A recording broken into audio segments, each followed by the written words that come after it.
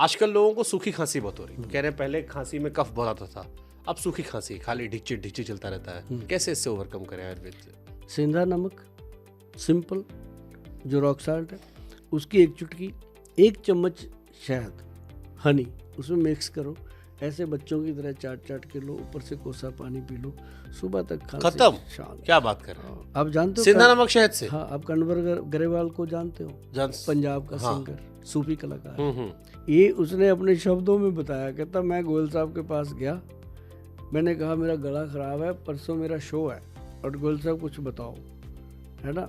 तो कहता गोयल साहब को पता था कि ये पंजाब का नामी आदमी है, इसने पैसे पूसे देने नहीं, इसने मुझको कहता है कि नमक सा दे के टाल दिया।